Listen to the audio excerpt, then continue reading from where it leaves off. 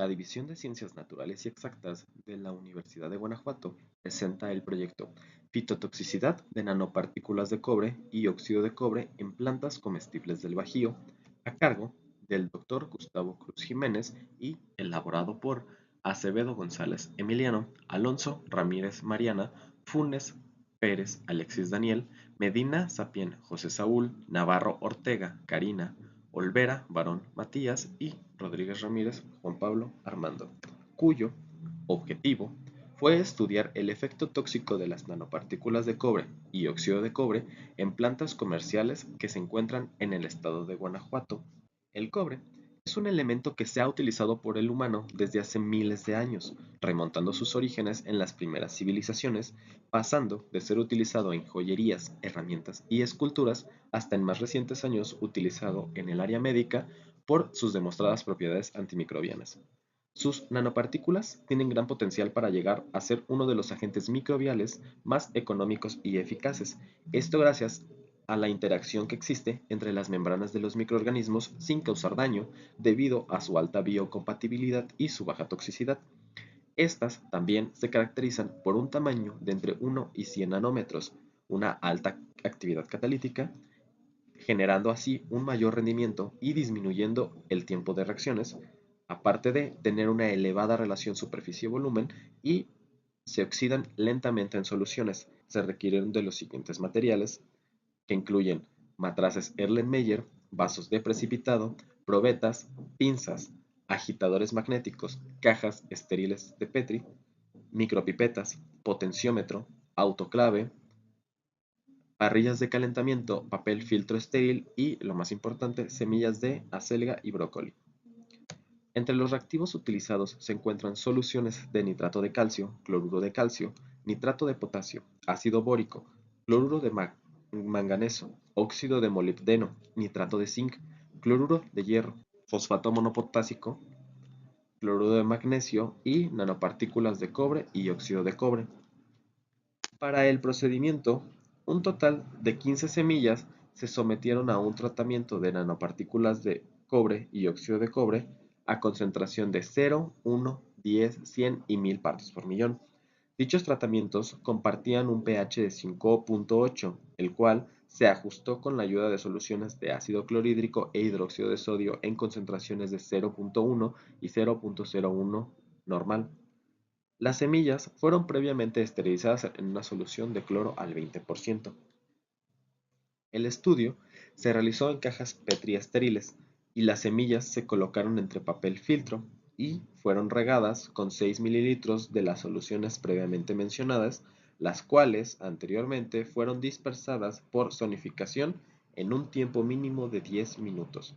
Las cajas Petri con las semillas fueron pesadas para mantener un control en la humedad, para posteriormente ser resguardadas en la cámara ambiental, donde pasaron un tiempo aproximadamente de 7 días en completa oscuridad y a temperatura ambiente. Tras pasar el tiempo mencionado, registrar los datos obtenidos y analizar los resultados a través de diferentes softwares estadísticos, para las semillas de brócoli se obtuvo que la mayor germinación fue en concentraciones de una parte por millón y conforme aumenta la concentración, la germinación disminuye, observándose solamente una diferencia significativa entre los tratamientos de 1 y 1000 partes por millón. Sin embargo, la germinación entre el control y concentraciones de 1 a 100 partes por millón son estadísticamente iguales. Por otra parte, en el parámetro de la longitud de la raíz, se observa una tendencia en cuanto al aumento de la concentración de nanopartículas de cobre disminuye la longitud. Sin embargo, en 1000 partes por millón de nanopartículas de cobre, existe una diferencia significativa con respecto al control. En el parámetro del tallo, la medición tanto en longitud como de área, se observa un mayor crecimiento a comparación de la raíz. Sin embargo, muestra el mismo comportamiento general a medida que aumenta la concentración. La longitud del tallo disminuye, siendo significativamente menor el crecimiento a una concentración de 1000 partes por millón al compararse con el tratamiento control. El área de la raíz disminuye al aumentar la concentración de las nanopartículas de cobre. La reducción del área de la raíz no es significativamente menor en la concentración de 1000 partes por millón con respecto al control. Este comportamiento de disminución del área es similar en los tallos, sin embargo, entre los tallos sí se observa una reducción significativa del área en 1000 partes por millón de nanopartículas con respecto al control. Por otra parte, en el tratamiento de óxido de cobre, el porcentaje de germinación no presenta diferencias significativas entre sí. En el parámetro de longitud de raíz y tallo, se presenta una mayor longitud en la concentración de unas partes por millón, lo cual es significativa en comparación con las concentraciones de 0 y 1000 partes por millón. En las áreas de raíz y tallo se observa un comportamiento similar a las mediciones de las longitudes. Sin embargo, en la raíz se observan diferencias significativas de la concentración de una parte por millón con respecto a la concentración de 1000 partes por millón. Y en tallo no se observaron diferencias significativas entre los diferentes tratamientos.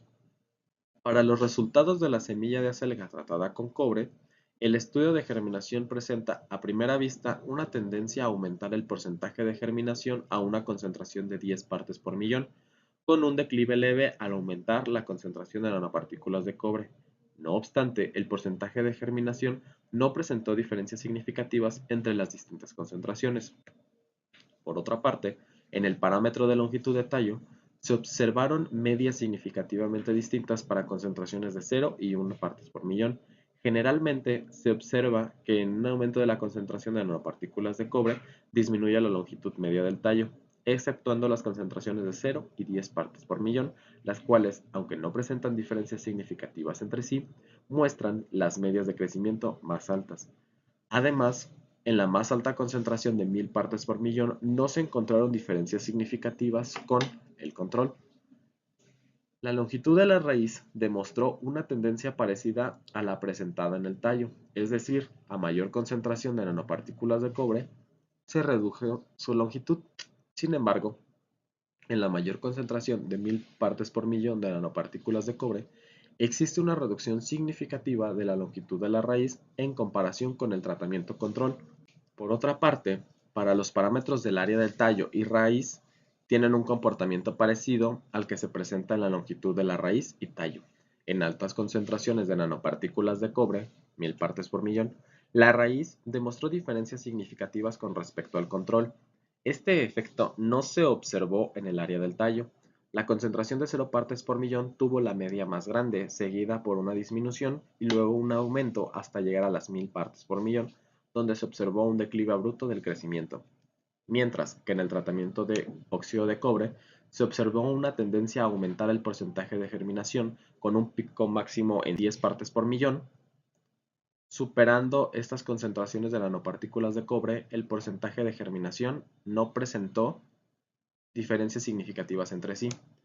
En cuanto a la longitud del tallo y la raíz, no se obtuvieron medias significativamente diferentes para las concentraciones de 0 y 1 partes por millón, exceptuando la concentración de 1000 partes por millón, donde se observa un descenso abrupto, indicando que concentraciones superiores a 100 partes por millón aumentan la fitotoxicidad, dejando de ser beneficiosos para el crecimiento del tallo y la raíz.